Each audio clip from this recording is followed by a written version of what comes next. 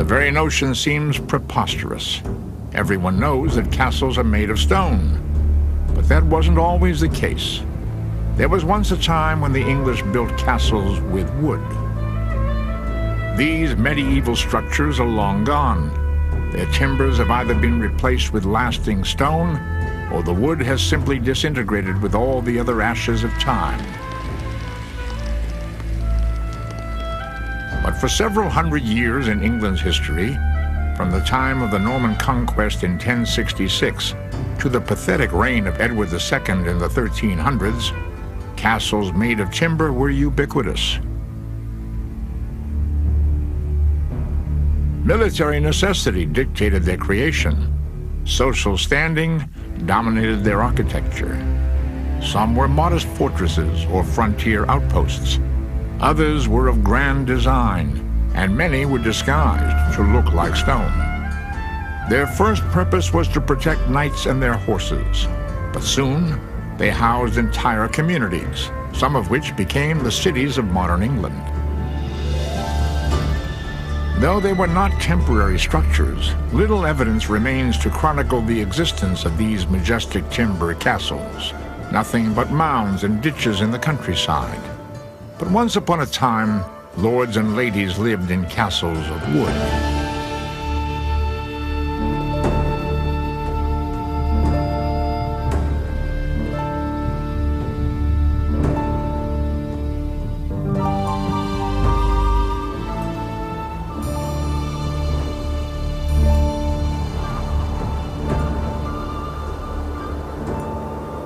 In 1959, archaeologist Philip Barker visited a rural farm near Montgomery, Wales, a village on the English border.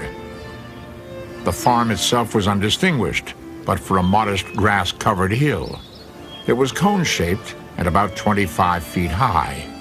Surrounding it was an elevated meadow about the size of a large horse corral. The mound and meadow had been there as long as anyone could remember, but to the archaeologist, it was a motte and bailey, and the site was that of a medieval English earthwork known as Hen de Men, Welsh for the Old Mound. Barker came to Hen de Men to dig for pottery. He knew from documentary evidence that the location belonged to an ancient community more than 900 years old. By excavation, he hoped to find nothing more than a cache of 11th and 12th century ceramics.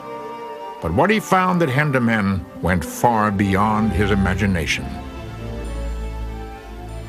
The whole thing was a complete surprise. I mean, I have to tell you that I was a completely inexperienced excavator, and this was a great advantage because we just took it from the top. We took the grass off and we troweled the uppermost surfaces clean to see what was there. And we found little rings of stones and little shallow holes and all sorts of things which we realized could not be accidents. They must represent something, you see. And we decided that they must represent timbers, structural timbers. Evidence of timber castles exists in many forms in art, literature, even ancient tax records. But seldom is any tangible archaeological proof uncovered. At Hen de Men, evidence remaining here beneath the serene Welsh soil was the blueprint of an ancient motte and bailey type castle.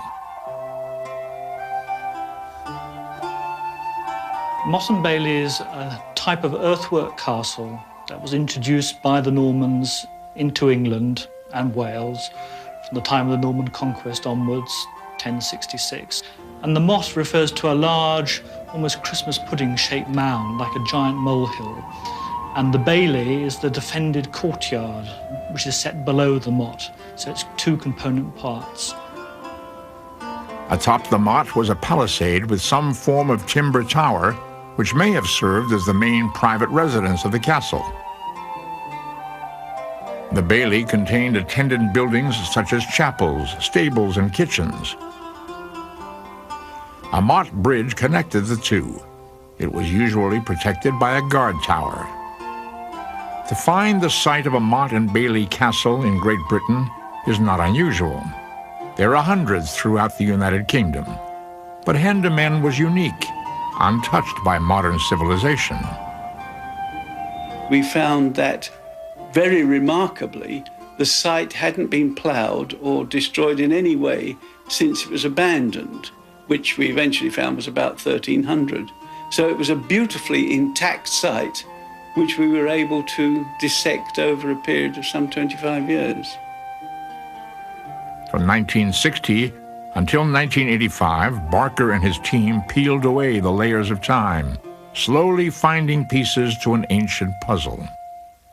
We stripped off these layers, one after another, rather like taking the layers off an onion, but more difficult than doing that. And one of the things that we found was that as we went down through the sequence of buildings, more of them were constructed with posts going deep into the ground, in holes which we call post holes. The dig took excavators on a journey through time. Hendemen, they discovered, had a lifespan of nearly 250 years. What's more, it had evolved through several different stages of building. Based on their discoveries, they were able to reconstruct the timeline for the castle and its domain. Hendemen, they learned, had been built by the Normans in the 1070s and remained inhabited until the 1300s. There were hundreds of layers, but we divided eventually into about 8 phases of construction, from the earliest to the last. One of the periods of buildings which was clearest, mainly because the posts were in the ground, was phase about 1150. And we got a complete sequence of buildings over that half of the Bailey for that date. Few actual artifacts remain to be found. One prominent exception was a wooden sill beam discovered beneath layers of dirt. Barker's team determined that it had supported the bridge between the Mott and the Bailey, which carried a deep moat. Other clues were more subtle. Changes in the color of the soil indicated where thick wooden beams had rotted, often indicating post holes that outlined foundations of buildings and walls. From the archaeological evidence, Barker's team was able to make a blueprint of Hendemen, and from the blueprint, they reconstructed an architectural rendering of the castle, a drawing. My colleague Peter Schofield and I constructed that drawing from a particular point of view to give the maximum information. And we argued, of course, all of us among ourselves, as to what the roof should be like, what they would be covered with, what would be sensible. I mean, it wouldn't be sensible in our view to have thatch, you see, it's too vulnerable to fire, and so on and so on. And we went all through this, and we came up with the drawing that you saw. From his drawing, Peter Schofield built a model. What's interesting is that, and one of the things that this model doesn't show is the succession of buildings that there was on the site. I mean, this is very much a snapshot of Hendemen at a certain time. I mean, the time may have been a span of, I don't know, as little as kind of 10 or 15 years. Some of the buildings lasted right through 4 or 5 phases of the castle's occupation. It wasn't that it was destroyed, rebuilt, destroyed, rebuilt, destroyed, rebuilt. Parts of it were destroyed and rebuilt, you see. And so it came and went, just as we might take our greenhouse away, or we might add a bit to the back of the house. Now, I'm not going to say that we think we've got the answers right in all cases. I'm sure we haven't. But what I do like to think is that if Baldwin de Bolaire, whoever it was who owned the castle at the time, came back, he'd recognise it, you see. He wouldn't say that's a load of rubbish. He'd say, oh yes, that looks like our castle. I'm sure we've got some of the details wrong, but I think in general we've got it right. Through the years of excavation, Barker's team reconstructed an ancient timber castle. They determined what it had been and when it had existed, but the soil could not reveal all the answers.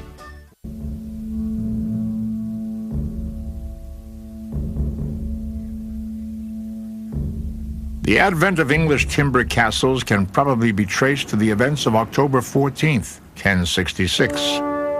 About 5 o'clock that afternoon, as the sun drifted beyond the western horizon, a Norman arrow found the eye of Harold, the last Anglo-Saxon king of England. Harold's death was the beginning of Norman rule in England and the first dawn of an empire that still exists today. At the Battle of Hastings, the Saxons fought on foot with archaic axes and shields, while the Normans used cavalry, lances, and crossbows. The invaders were led by the Duke of Normandy, William the Bastard by birth, William the Conqueror to history.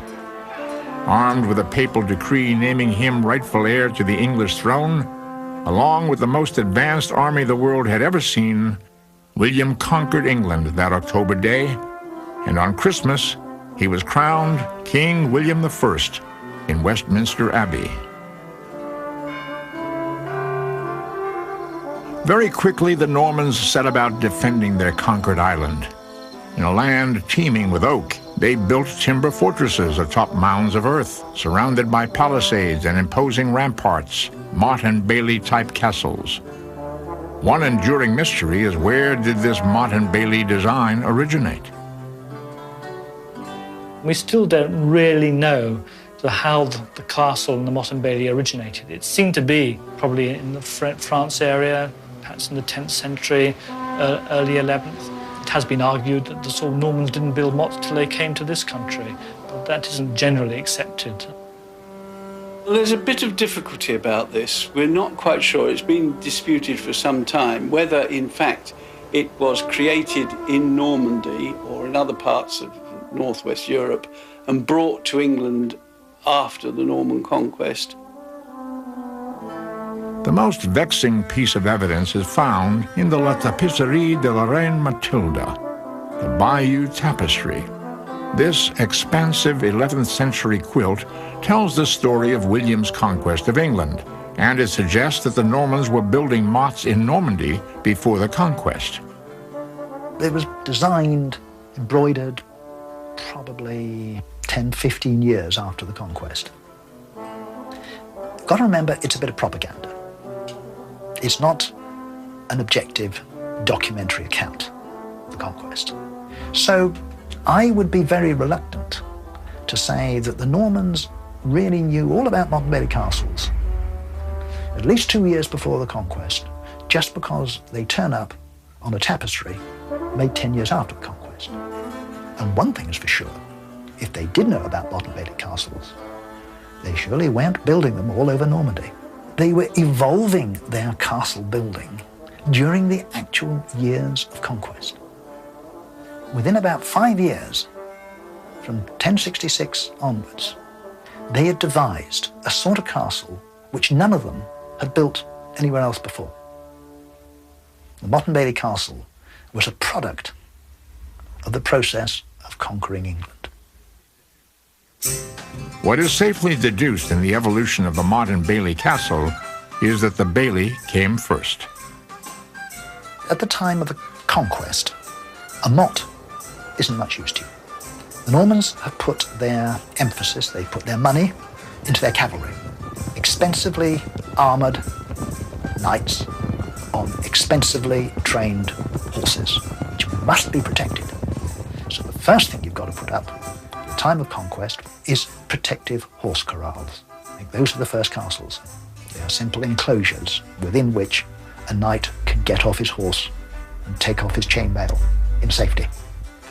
Within 2 or 3 years after that, they are absolutely the fashion. They're being built everywhere. Anyone who's got the money and the license from the king will do it. Remember, you've got to have both. In a land of more than 1 million Anglo-Saxons, King William relied on just a few thousand Normans to rule the country.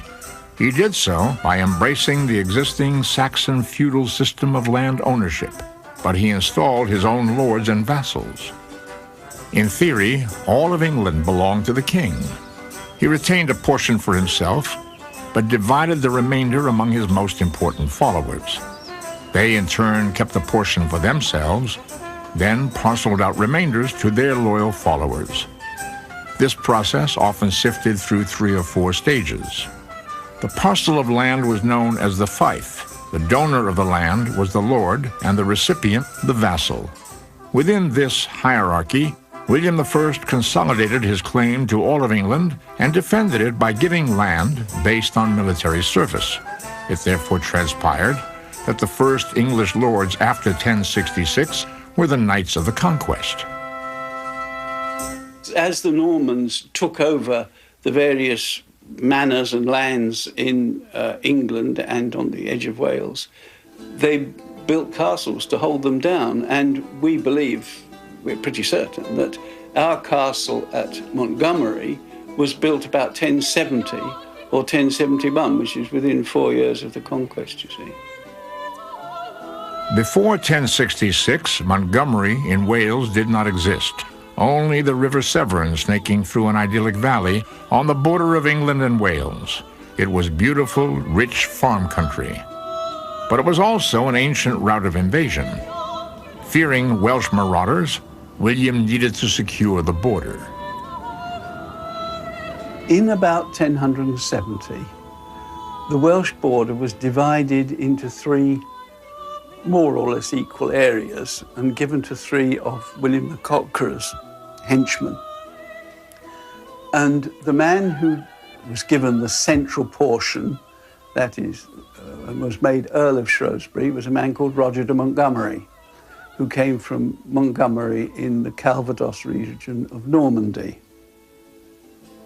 Roger Montgomery was one of the young men who hitched his wagon, if you like, to the new Duke, and was one of the group of perhaps a dozen young men who fought their way into power a generation before the conquest of England. So when Duke William came to England, Roger Montgomery came with him as one of his most trusted friends. Roger de Montgomery was given the important task of securing the Welsh border, and in doing so became the most powerful man in County Shropshire. But he comes to the Welsh borders and he builds, amongst other castles, one earth and timber castle to command a ford across the Severn where Welsh raiders might come. Something reminds him of his birthplace, and he gives that castle the name of Montgomery. Montgomery was one of several timber castles built by Roger de Montgomery, the Earl of Shrewsbury, and one of many on the Welsh border. As the Normans entrenched, the Welsh became more belligerent, and Norman security was threatened. 20 years after he was crowned King of England, William the Conqueror decided to survey the wealth of his realm in detail. He wanted to know how many lords and vassals, peasants and serfs were living on his land. How bountiful were his farms, how rich were his forests, how plentiful his livestock and game. William did this for one reason: taxation. For a year, the king's agents combed the shires of England, counting sheep and sheaves of wheat, recording every whisker of wealth in abbreviated Latin on a giant ledger. When the king's counters arrived in a new town, residents said the day of judgment had arrived. And so it came to pass. The king's ledger was named the Doomsday Book.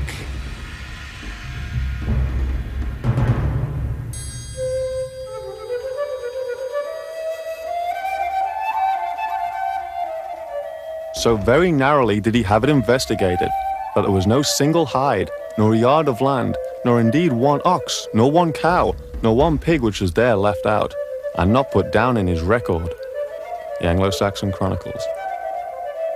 Among other details in the massive tax records of 1086, Doomsday touted the whereabouts of many Norman castles in England.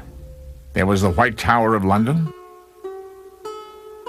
the ancient hill fort called Old Sarum on the Salisbury Plain, an imposing earthwork known as British Camp near Great Malvern. In Staffordshire, there was the small timber castle with a growing community around it. And on the Welsh border, the Castle of Montgomery. In 1086, the timber castle at Montgomery was a fortified community of Norman soldiers and villagers who lived very sparse and rugged lives.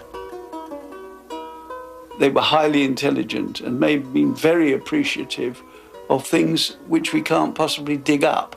We don't know anything about their poetry or music. They may have, in the evenings after the hunt, sang to the lute or some other similar instrument. They may have recited poetry. We have to be careful not to see them as nasty, brutish and short. I don't think that's necessarily the case at all. I think they lived an out-of-door life, very tough. They spent their time hunting. They were hunting the wild boar, by the way, not the deer. There were a lot of wild boar bones. I don't think it was a sheltered, comfortable life at all. They were just very hardy, especially on the Welsh border, and they were always liable to be attacked. They were right out on the edge. The hostility of the Welsh was understandable. Norman invaders had seized their land, so the Welsh fought back. They were fearless warriors, skilled in guerrilla tactics, and their threat remained constant for centuries. They raided Hendoman, and in 1095 they killed the garrison. But they didn't occupy it. They went off again. They just killed the garrison and went back into the hills. That was the nature of their warfare. Evidence of the Welsh attack on Hendoman appeared in the Anglo-Saxon chronicles. These writings also detailed many other attacks on other castles. We have lots of evidence of castles being taken by the Welsh from the Normans in the 12th century, in the 13th century, being recaptured by the Normans and rebuilt, some being thoroughly destroyed within a few years. In the north, which has always been the great stronghold of the Welsh princes, they pushed the Normans out, and North Wales remained virtually independent of the English crown until the Edwardian conquest of the 1270s and 1280s. That's sort of 2 centuries after the Battle of Hastings. The average attack on a castle would last a few days, probably, not much more. A serious attack might involve fire if the timber work wasn't adequately protected. If you couldn't set fire to the place, you would probably have a go at the main gates with a battering ram, which is why gatehouses become some of the most imposing structures in castles, whether they're timber castles or stone castles. They're the weakest point in the castle defences, but they're also the threshold where you enter the Lord's domain. The natural consequence of attacks on timber castles was the improvements of defenses. This often included making a timber castle look like a stone castle. In the times when these castles were going concerns, say 11th, 12th, early 13th centuries, you didn't see any earth. You were lucky if you saw timber. These are timber structures. The earth is used to infill them and give them solidity, which a stone wall would have, but a timber wall doesn't. Now, timber has a couple of severe disadvantages as a building material. It rots if the rain gets at it, and you can set fire to it if you want to attack it. So what do you do to prevent that happening? You coat it. And if you walk around most English villages and towns, still today, you can find timber-framed houses which are coated over with plaster to protect them. And I reckon that virtually all the timber work in so-called earthwork castles was plastered over. I've a feeling that Norman lords had different sorts of castles for different purposes, but it didn't really matter so much to them what they were made of. They made them of what they had available. If there was stone available, they used stone. If there isn't, they'll use timber, but they'll disguise it to look like stone. There was an awful lot of disguising. Disguising timber castles to look like stone had 2 vital purposes. The first was military, to create the look of an impregnable fortification and deter attack. The second was more social, relating to the image of wealth and power a lord hoped to project. When we return, we'll look at the competition between lords to build the biggest and best timber castles in England.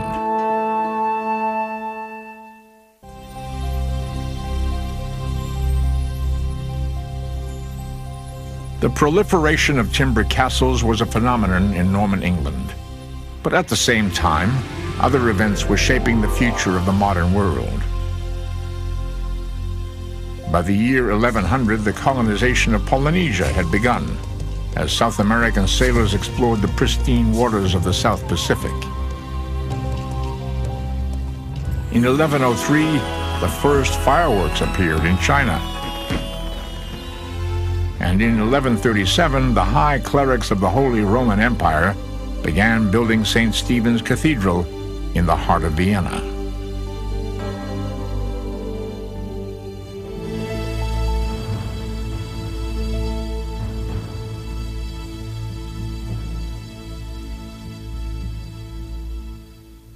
By the year 1200, the Normans were building majestically bigger, if not better, timber castles. Many were imposing structures built for the vital purpose of defense. But these castles also served to project the image of wealth and power of the lord who owned them. And they became prominent extensions of the noble ego in middle-aged society. This meant every medieval lord faced the daunting social specter of keeping up with the Joneses. Your castle-building Normans are the wealthiest and most powerful 200 people in the country. They're concerned with grandeur. They're concerned with style. They're immensely competitive, not just military competitive, they're socially competitive. They're using their houses as platforms to display their power, to exercise the power. They're using them as springboards to acquire more power. So a castle, in a sense, is just the protective shell around a very grand house. And that's what the Norman barons are really interested in. Not constant fighting. They want to live very comfortably, in great style, in very impressive houses, inside their defenses. So in a way, we oughtn't to get too concerned with the outward shell, just because that's what happens to survive. We've got to keep looking inwards, towards the houses inside, and the people who are in those houses. The social structure within the limited realm of a timber castle is not easy to determine. But through archaeology, some clues remain. The first and most prominent bits of evidence are found in the surviving earthworks. From aerial photographs, archaeologists can readily identify the basic plan of a modern Bailey castle. Most revealing are the contours of the land, showing where deep ditches and high banks had once been.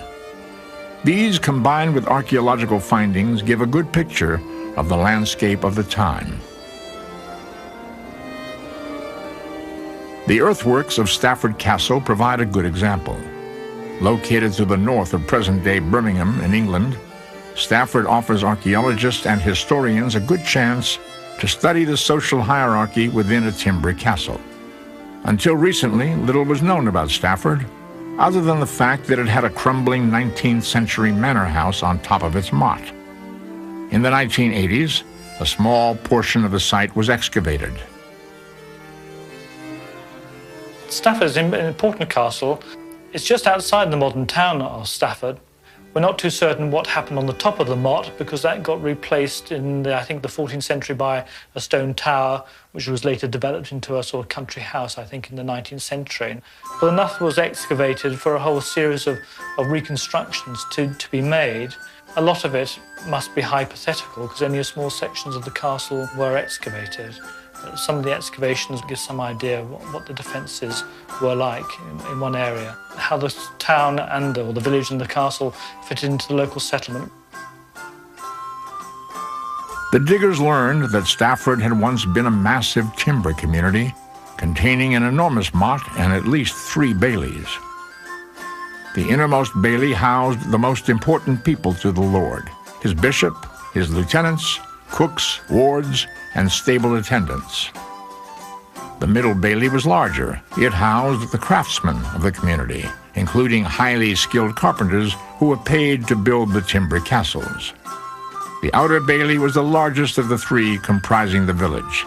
It housed peasants and serfs who were typically forced to build the castles and work in the farms and forests around the community. Seen together and in context with the medieval town, the entire structure delineated the upper, middle, and lower classes of this pocket society. What the excavation of Stafford could not determine was how these people adorned their wooden homes inside and out. Had they carved figures upon the wooden beams? Did they make elaborate windows of stained glass? The evidence suggests they did. It is also known that these timber structures were not considered temporary housing by their inhabitants. They were built to last hundreds of years, but still, their days were numbered.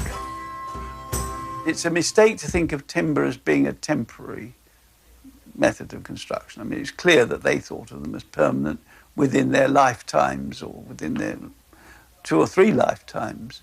But there's no doubt about it that stone is more permanent and more prestigious. There's a constant interplay between timber and stone. Even where somebody has decided that he's going to put up a stone castle right from the start, he's got to have a secure perimeter.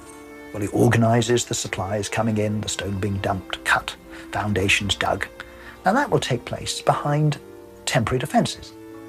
Those temporary defences will almost certainly have been of earth and timber. So even if you're building a stone castle, you start your stone castle on day 2, but day 1 you spend putting up your temporary defences, almost certainly in timber and earth. So even stone castles have got that very short-lived timber stage. And there were huge numbers of stone castles in England where all the residential buildings were made of timber. Stafford was no exception. It didn't take the excavators long to determine that the wooden keep upon Stafford's giant motte had been replaced with a stone keep as early as the 1300s. It was a pattern that became familiar throughout the English countryside as lords and barons began to build more impressive castles of stone. When we continue, we'll look at the demise of timber castles, find out why they disappeared, and what stands in their places today. And we'll see how modern civilization has used some of these medieval earthworks in very creative ways. For roughly 250 years, the majestic castles of England evolved from towers of timber to pillars of stone. It was an evolutionary period that began with William the Conqueror, who built a timber fort atop a small motte at the Battle of Hastings in 1066, and it ended metaphorically with the reign of Edward II, the 9th Norman King of England, who died a horrible death in 1327 in the dungeon of Berkeley Castle. A castle built with timber, then rebuilt with stone. Somehow, Edward's gruesome demise is symbolic of what happened to all the lost timber castles of England. They couldn't fight fire.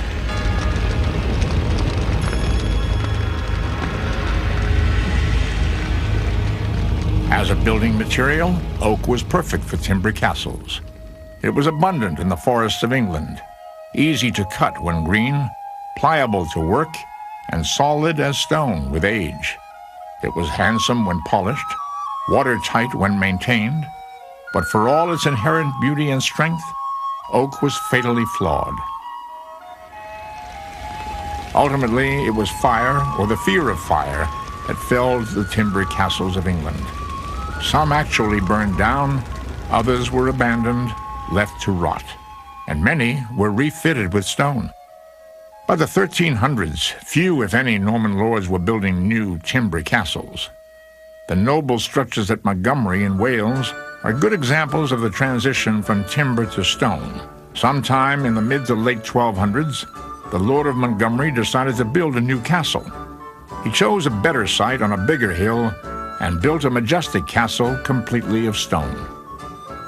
The new Montgomery Castle was built from 1223 to about 1330. It established a major new stone castle on the ridge above us, above the town. The surprising thing was that the castle at Hendoman, which you would have thought would have been totally superseded and abandoned, There was enough evidence from the archaeology to show that it continued for another 2 or 3 generations. And it may have been kept up simply because it did command this ford. It did overlook this crossing point, which couldn't be seen by the new castle on the hill above. So it was almost like an advance outpost to the new castle. Successive lords maintained the first castle at Montgomery for nearly 250 years. But by the middle of the 1300s, the old timber sites were abandoned and forgotten. All that remained was the Motte and Bailey, which people began to call Hen de Men, meaning the old mound. Other Motte and Bailey sites were also abandoned. Northeast of Montgomery, there remains the Motte and Bailey of Pulverbach, a classic timber castle from the Middle Ages. It survived well, Castle Pulverbach, partly because of the stickiness, if you like, of the earth, which was used to infill, presumably, the timber caissons, and also because it's been less subjected to ploughing and modern degradation. This gives us a much better idea of what these castles looked like. All we've got to do is add in our mind's eye, our imagination, the palisades. Pulverbach is a very nice little site, very instructive. Field archaeologists' dream. Other Motte and Bailey castles grew out of the timber roots. A lot of Motte and Bailey castles retain their earthworks right down to the present day. I mean, the most spectacular one is Windsor Castle, which has got a massive motte and terrific baileys, as you know, but have all been rebuilt in stone, you see. And there are a lot of stone castles which retain the Motte and Bailey type. Berkeley Castle is a good example of a castle which has gone from the transition of earth and timber to masonry. We know that it was a Motte and Bailey castle because the mound itself has been totally encased by a masonry curtain wall, totally burying and encapsulating this mound. His main claim to fame was, of course, that Edward II, when he was overthrown by his wife and her lover, he died in 1327. He was imprisoned at Berkeley and was killed there. He was said to have had a red-hot poker inserted at one end of him. Rather gruesome way to go. Some timber castles ceased to be castles at all, like Ludgershall Castle just north of Salisbury in Wiltshire. It became a favorite hunting lodge for King John I, signer of the Magna Carta in 1215. He replaced the wooden timbers with walls of stone. By the end of the Middle Ages, England's timber castles had all but disappeared. But the style of castle architecture they introduced remained fundamentally the same. Motte and Bailey. Ludlow Castle is a classic example. That's one of the finest castles you'll find anywhere in the British Isles. It seems to be masonry from the start. The Norman work seems to be later 11th century. It seems to have begun as a stone castle with mural towers and has one of the rare examples of a circular Norman nave of the chapel inside the inner ward. So we see masonry there, we see phasing dating really from the late 11th century right through to the 16th and 17th century, a long chronology, a very important site indeed. Inside these ancient castles, which survived from the Timber Age, one might expect to find clues about the people who lived there.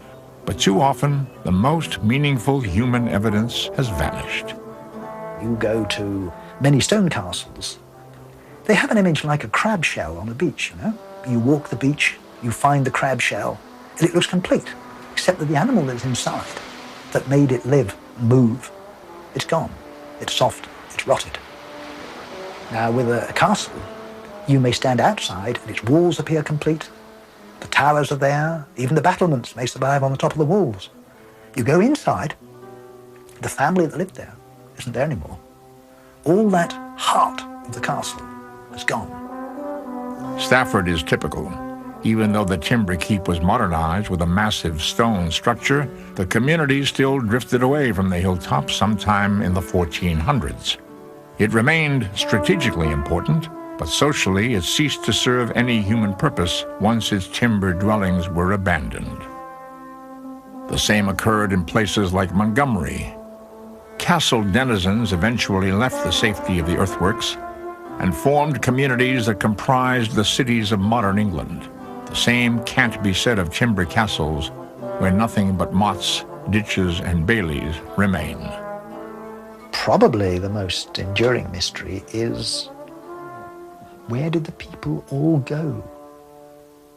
Having put in that prodigious effort to build the castle in the first place, having maintained it as a family home and military base and centre of administration and justice for several hundred years perhaps, there came a day when they closed the doors, walked away, left it.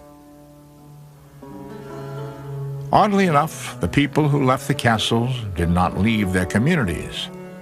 The best proof of this is in the familiar relationship between church and castle. For every Norman castle built in the Middle Ages, there existed a Norman church or cathedral.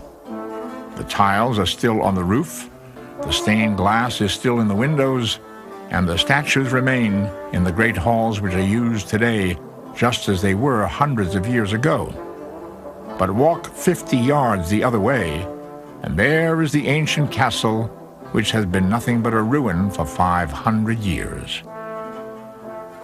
These ruins tell you that the world changed, that some enormous tide of history went out and left these military works stranded like whales above the waterline.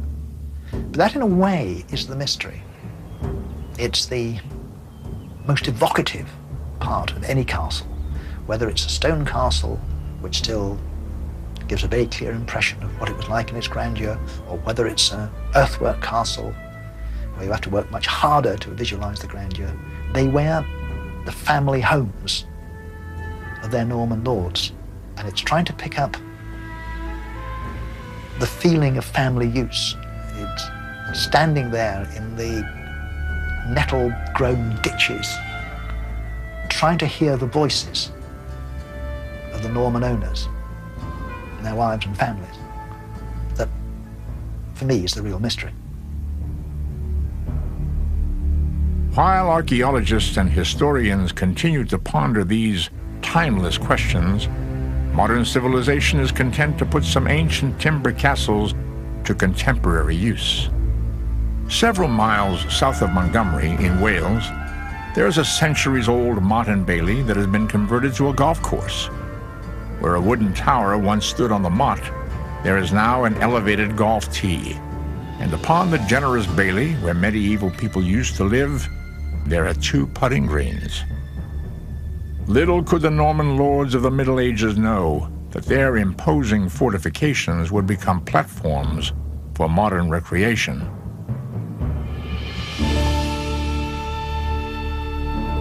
Lost beneath it all is the human record.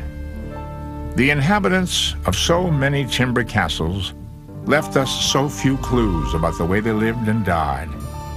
But at least we know where they lived and what they lived in.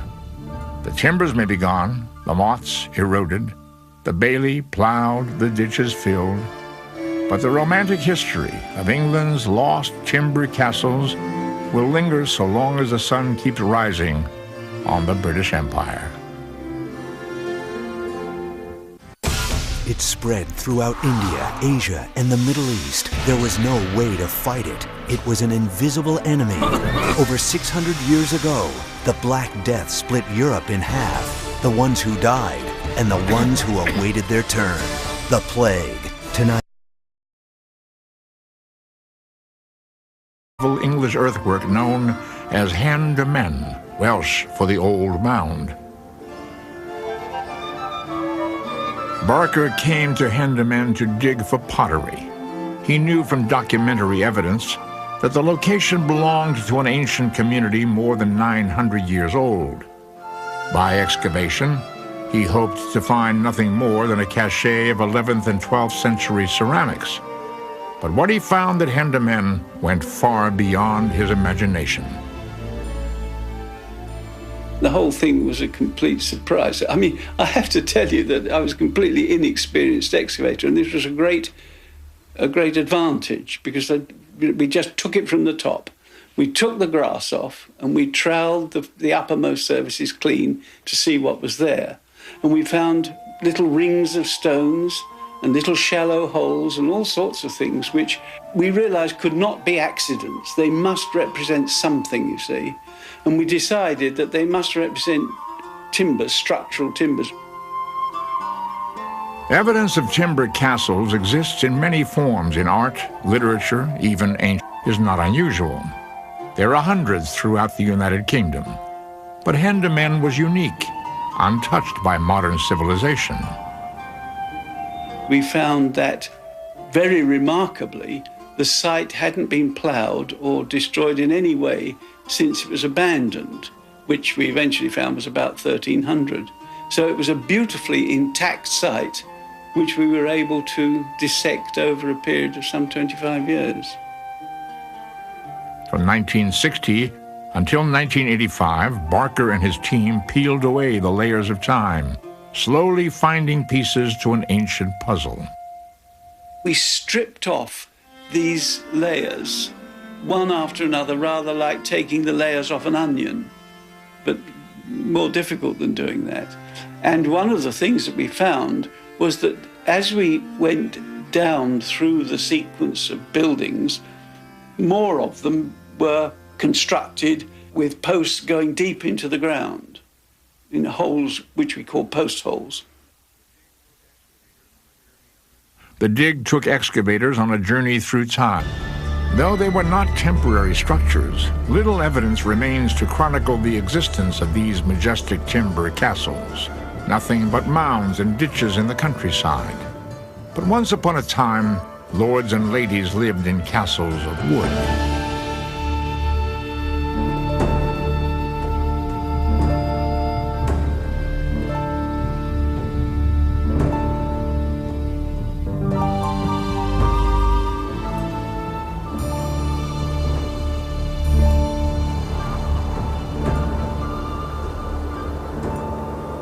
In 1959, archaeologist Philip Barker visited a rural farm near Montgomery, Wales, a village on the English border.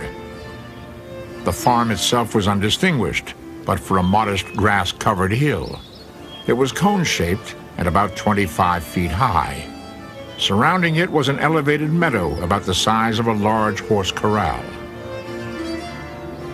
The mound and meadow had been there as long as anyone could remember.